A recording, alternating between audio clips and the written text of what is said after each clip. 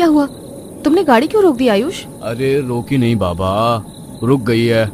तुम लोग रुको, मैं अभी चेक करके आता हूँ। आयुष ने गाड़ी चेक की तो गाड़ी का इंजन बुरी तरह से गर्म हो चुका था। ओह नो शिट, क्या हुआ? कुछ मिला? क्या हुआ है गाड़ी में? इंजन गर्म हो गया है, किसी मैकेनिक को ढूंढना पड़ेगा। लेकिन मुझे नहीं लगता कि इतनी रात को इस जंगली सुनसान रास्ते पर कोई मैकेनिक हमें मिलेगा। तुम विनीत को कॉल करो ना, उसे अपनी लोकेशन भेज दो, वो मैकेनिक यहाँ भेज देगा। अरे कहाँ से कॉल करूँ, नेटवर्क ही नहीं है फोन में। नेटवर्क तो हम में से किसी के भी फोन में नहीं आ रहा यार, अब हम क्या करेंगे? लगता है आज रात गाड़ी में ही सोकर बितानी पड़ेगी। आयुष गाड़ी के अंदर जाकर बैठ गया। तभी योगेश ने कविता और कीर्ति को छेड़ने के लिए भूत प्रेत की बातें करनी शुरू कर दी। तभी गाड़ी में लगी एलईडी स्क्रीन अचानक से खुद ब खुद जल पड़ी। ये किसने किया? देखो, फालतू में डराना बंद करो हम दोनों को। इससे पहले कि उन पांचों में से कोई भी कुछ बोल पाता, अचानक से गाड़ी के अंदर एक तेज आवाज गूंजी और उसी के साथ एलईडी स्क्रीन पर खून से सने अक्षरों में लिखा दिखाई दिया, वेलकम। यह देखकर वो लोग बुरी तरह डर गए और सीधे गाड़ी से निकलकर बाहर की तरफ भाग गए।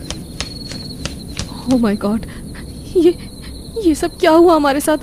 हम मना कर रहे थे ना तुम्हें भूत प्रेत की बातें करने से, लेकिन तुम लोग तो बस। एक मिनट, वो देखो सामने कोई बिल्डिंग है, शायद लाइट जल रही है। अब गाड़ी तो सुबह से पहले ठीक होने वाली नहीं, और गाड़ी में अभी जो हुआ उसे देखकर लगता नहीं है कि ये दोनों अब कार में बैठेंगी। चुप करो तुम। अरे बाबा, मजाक कर रहा हूँ, बस सॉरी। हाँ ठीक है, लेकिन वहाँ पर जाना ठीक रहेगा क्या? अगर वहाँ पर भी कोई खतरा हुआ तो? अरे कुछ नहीं होगा यार, और वैसे भी इस टाइम यहाँ पर गाड़ी में रुकना ठीक नहीं है। किसी चोर उचक्के की नजर पड़ गई तो लेने के देने पड़ जाएंगे। आयुष की ये बात उन लोगों को ठीक लगी। जहां पर उन्हें वो रोशनी दिखाई दे रही थी, उस बिल्डिंग तक पहुंचने के लिए सामने से जंगल का एक कच्चा रास्ता गुजर रहा था। वो लोग उस रास्ते की तरफ बढ़े, मगर जैसे ही वो रास्ता शुरू हुआ तो सामने उन्हें वहां एक बोर्ड नजर आया, जिस पर खून से सने अक्षरों में एक चेतावनी लिखी हुई थी। कविता का ध्यान उस बोर्ड पर पड़ा। अरे ये कैसा बोर्ड है? डू नॉट एंटर, जो अंदर गया वो कभी बाहर नहीं आया। ओह माय गॉड, इस बोर्ड पर तो वार्निंग लिखी है, और वार्निंग का मतलब है कि अगर हम अंदर गए तो कभी नहीं लौटेंगे। प्लीज तुम लोग वापस चलो यहाँ से। हाँ, अगर चोर मिला तो उससे हम पांचों मिलकर भी लड़ सकते हैं, लेकिन अगर कोई भूत टकरा गया तो पक्का मौत है आज हमारी। अरे यार चुप करो तुम दोनों, तुम जैसे पिद्दियों को डराने के लिए लगाया होगा किसी ने ये बोर्ड। कुछ नहीं है यहाँ पर, और अगर कुछ होता ना तो हम पांचों उस पेड़ पर लटके होते अभी। लड़कों ने उनकी बात को मजाक में टाल दिया और वो वहां से आगे उस बिल्डिंग की तरफ बढ़ गए। वो वहां पहुंचे तो पता चला कि ये एक हॉस्पिटल की बिल्डिंग है। वो लोग उस बिल्डिंग के अंदर चले गए, मगर हॉस्पिटल एकदम सुनसान था। तभी अचानक हॉस्पिटल का दरवाजा अपने आप तेज झटके के साथ बंद हो गया और वहां पर जल रही लाइट अचानक से फ्लिकर करने लगी और एक अजीब सी आवाज वहां गूंजने लगी। ये सब क्या हो रहा है यहाँ पर? और ये कैसी आवाज है? तभी अचानक फ्लिकर करती वो लाइट बिल्कुल बंद हो गई और वहां बहुत सारे लोगों के एक साथ चीखने की आवाजें उन्हें सुनाई देने लगी। वो आवाजें इतनी तेज थी कि मानो उन सब के कान के पर्दे फट जाएंगे। कीर्ति के कानों से खून बहने लगा।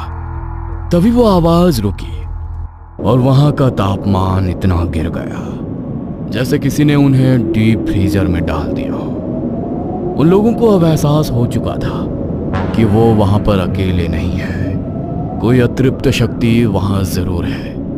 शिवम को अपनी गर्दन पर किसी की गर्म सांसें महसूस हुई और एक हाथ उसके कंधे पर आकर रुक गया। तभी वो जोर से चिल्लाया और बंद हुई लाइट अचानक से बिल्कुल ठीक हो गई। तभी आयुष की नजर फर्श पर पड़ी। फर्श पर खून के ऐसे निशान थे जैसे किसी को जख्मी हालत में वहां से घसीट कर ले जाया गया हो। ये निशान, जब हम अंदर घुसे थे तब तो ऐसे कोई निशान यहां पर नहीं थे। और ये योगेश कहाँ है? कहीं ये निशान? नहीं, ये नेगेटिव मत सोचो प्लीज, योगेश को कुछ नहीं हुआ। अरे लेकिन अगर वो यहाँ नहीं है तो लगता है वो किसी मुसीबत में है। हमें जल्दी ढूंढना होगा उसे। वो लोग योगेश को आवाज लगाते हुए उसे हर जगह ढूंढने लगे, लेकिन वो उन्हें ग्राउंड फ्लोर पर कहीं नहीं मिला। तो वो उसे ढूंढने के लिए वहां के फर्स्ट फ्लोर पर चले गए। तभी वहां भी उन्हें खून के ठीक वैसे ही निशान एक कमरे की तरफ जाते दिखाई दिए। निशान देखकर वो चारों भी उसी कमरे की तरफ दौड़े। तो अंदर उन्हें किसी की परछाई नजर आई, लेकिन वो परछाई धीरे धीरे करके बिल्कुल छोटी हो गई। तभी उन्हें अंदर से योगेश के चीखने की आवाज सुनाई दी। तो बिना देरी किए वो सब जल्दी से अंदर की तरफ दौड़ गए।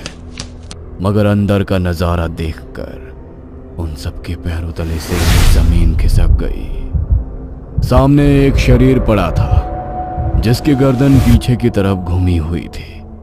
गर्दन और कपड़े बुरी तरह से खून से लथपथ थे, मगर कपड़े देखकर लग रहा था कि यह योगेश की ही बॉडी है। हिम्मत करते हुए वो चारों आगे बढ़े और जैसे ही उन्होंने नीचे झुककर देखा तो वो कोई और नहीं बल्कि योगेश की ही डेड बॉडी थी। उसके चेहरे का मांस फटकर बाहर आ चुका था और आंखों के अंदर पुतलियों के बजाय बस काले गड्ढे बचे थे। उसे देखकर वो चारों सन्न रह गए। नहीं, ये सच नहीं हो सकता। इतने भयानक तरीके से किसने मारा योगेश को? कोई है यहाँ पर और हमें भी नहीं छोड़ेगा। हमें यहाँ पर आना ही नहीं चाहिए था। उस बोर्ड पर वो चेतावनी बिल्कुल सच लिखी थी। मैंने और कीर्ति ने मना किया था तुम लोगों को यहाँ पर आने से। देखो अब क्या हो गया। हम जानते हैं कि किसी ने हमारे दोस्त को मार दिया है, लेकिन तुम ये सब बोलकर हमें गिल्ट में मत डालो। फिलहाल यहाँ से निकलने के बारे में सोचो। नीचे चलो जल्दी। वो चारों जल्दी से नीचे जाने के लिए स्टेयर्स की तरफ भागे, मगर तभी सीढ़ियों की दिशा बदल गई और नीचे जाने की बजाय सीढ़ियां ऊपर की तरफ मुड़ गई। What the hell? ये सब क्या हो रहा है हमारे साथ? अब हम नीचे कैसे जाएंगे? तभी वहां पर किसी की भयानक हंसी की आवाज गूंजी और उन्हें कविता की जोरदार चीख सुनाई दी। उन्होंने जल्दी से पीछे मुड़कर देखा, मगर कविता उन्हें कहीं भी दिखाई नहीं दी। हे भगवान, अब ये कविता कहाँ पर चली गई? इससे पहले कि उसके साथ कुछ गलत हो, हमें ढूंढना होगा उसे। वो तीनों कविता को ढूंढने के लिए इधर उधर दौड़े, मगर वो उन्हें कहीं भी दिखाई नहीं दी। तभी ऑपरेशन थिएटर में उन्हें कुछ खटपट की आवाज सुनाई दी। आवाज सुनते ही वो ओटी की तरफ दौड़े। उन्होंने अंदर की तरफ झांक कर देखा तो इंस्ट्रूमेंट खुद ब खुद हवा में चल रहे थे। रूम में किसी का ऑपरेशन चल रहा था, लेकिन वहां कोई डॉक्टर मौजूद नहीं था। उन्हें लगा कि शायद कविता वहीं पर है, इसलिए वो जल्दी से ओटी के अंदर गए। मगर सामने का दृश्य देखकर उनकी आत्मा सिहर उठी। सामने ऑपरेशन बेड पर कविता का शव था, जिसका उन औजारों के जरिए ऑपरेशन चल रहा था। उसकी आंखें बाहर को निकलकर आ चुकी थीं और शरीर की हड्डियां बुरी तरह मुड़ी हुई थीं। शरीर पर जगह जगह सर्जिकल ब्लेड से चीरने के निशान थे। उसकी हालत देखकर कीर्ति खुद को संभाल नहीं पा रही थी और उसकी आंखों से झरझर कर आंसू बहे जा रहे थे। कविता को भी मार डाला उसने। वो हमें भी नहीं छोड़ेगा, नहीं छोड़ेगा वो हमें। अचानक कविता का ऑपरेशन कर रहे वो इंस्ट्रूमेंट रुके और उन तीनों की तरफ मुड़े, मगर इससे पहले वो उन तक पहुंच पाते, वो तीनों जल्दी से वहां से बाहर की तरफ भागे और उन्होंने दरवाजे को बाहर से बंद कर दिया।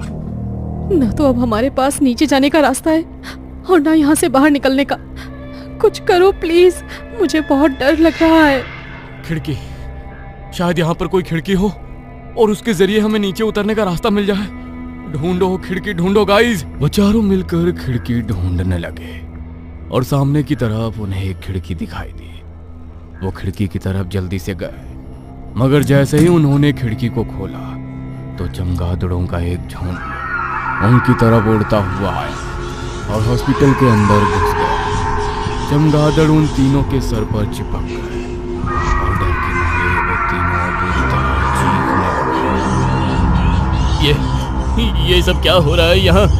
इससे पीछे कैसे छुड़ाएंगे हम? रोशनी, ये रोशनी से डरते हैं। अपने फोन की फ्लैशलाइट ऑन करनी होगी हमें। चमगादड़ बुरी तरह उनके सिर से चिपके हुए थे और ढेर सारे चमगादड़ उनके सर पर मंडरा रहे थे। उन तीनों ने बड़ी हिम्मत करते हुए अपनी अपनी पॉकेट से अपना फोन निकालकर फ्लैशलाइट ऑन कर दिया। तभी वो चमगादड़ डरकर उनसे दूर हट गए। उन्होंने टॉर्च की रोशनी उन सब की तरफ मारी तो एक अजीब सी आवाज करते हुए वो खिड़की से बाहर की तरफ भाग गए और खिड़की भी खुद ब खुद बंद हो गई। थैंक गॉड बच गए हम इनसे, लेकिन अभी भी खतरा पूरी तरह टला नहीं है। छिपना होगा हमें यहाँ किसी सेफ जगह पर, ताकि सुबह होने तक खुद को बचा सके।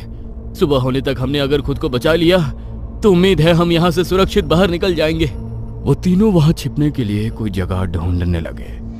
तभी उन्हें कमरे के अंदर से ठक ठक की आवाज सुनाई दी, जैसे कमरे के अंदर से कोई जोर जोर से दरवाजे को ठोक रहा हो। उस कमरे के अंदर से कोई गेट को नॉक कर रहा है। शायद कोई उस कमरे के अंदर है।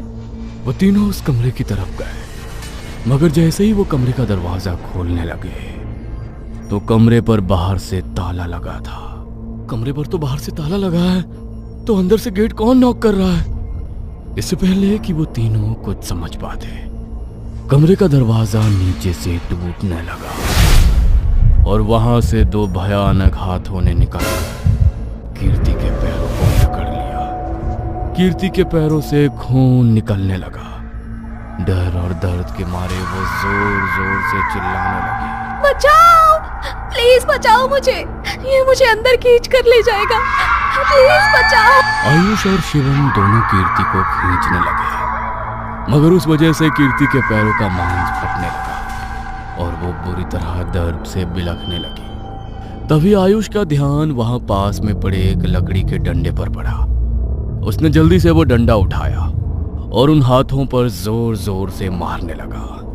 तभी कीर्ति के पैरों से उन हाथों की पकड़ ढीली पड़ गई। उन्होंने जल्दी से कीर्ति को उठाया और जल्दी से आओ ताओ देखे बिना वहां से फ्लोर के दूसरी तरफ भागे।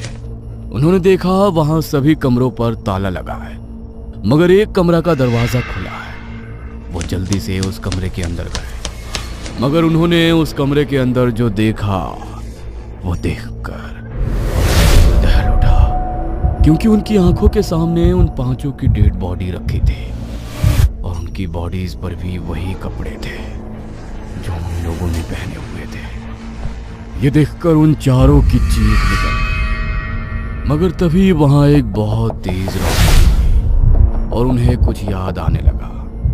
रात के गहरे सन्नाटे को चीरते हुए वो पांचों पहाड़ी रास्ते से गुजर रहे थे। तभी सामने उन्हें एक बोर्ड दिखाई दी। सामने का बोर्ड तो देखो आयुष, लिखा है do not enter, danger zone. इस तरफ से गाड़ी लेकर मत चलो, दूसरे रास्ते से ले लो। अरे जस्ट चिल, तुम्हें मेरी ड्राइविंग पर भरोसा नहीं है क्या? अरे पूरे ट्रिप पर पहाड़ी रास्तों पर मैंने ही गाड़ी चलाई है, कुछ नहीं होगा। आज तक ऐसा कोई रास्ता नहीं बना जहाँ से आयुष अपनी गाड़ी ना निकाल सके। आयुष रहने दे यार, क्यों खामखा जोखिम ले रहा है? कुछ ऊंच नीच हो गई तो लेने के देने पड़ जाएंगे। सबने आयुष को वहां से गाड़ी निकालने के लिए मना किया, लेकिन आयुष ने किसी की बात नहीं सुनी और गाड़ी को डेंजर जोन के रास्ते की तरफ बढ़ा दिया। वहां सिर्फ इतना रास्ता था कि एक गाड़ी वहां से निकल सके, लेकिन पहाड़ के घुमावदार रास्ते और रात के अंधेरे की वजह से आयुष का बैलेंस बिगड़ा और उनकी गाड़ी सीधी खाई में जाके। इस घटना को घटे आज पूरे 3 महीने बीत चुके हैं, लेकिन आज भी उन पांचों की आत्मा उन्हीं जंगली रास्तों, खाई और उस हॉस्पिटल के बीच में भटक रही हैं। इसलिए कहा जाता है कि कुछ चेतावनियां महज चेतावनियां नहीं होती, उनके पीछे मौत भी छिपी हो सकती है। इसलिए उन्हें मान लेना चाहिए। अगर आयुष ने भी उस चेतावनी को मान लिया होता तो ना तो उस रात उनकी मौत होती और उनकी आत्माएं आज इस तरह वहां भटक रही नहीं होती। ना जाने कब तक उनकी आत्माएं वहीं भटकती रहेंगी और कौन सी रात आएगी जब उनकी आत्माएं वहां से मुक्त हो पाएंगी।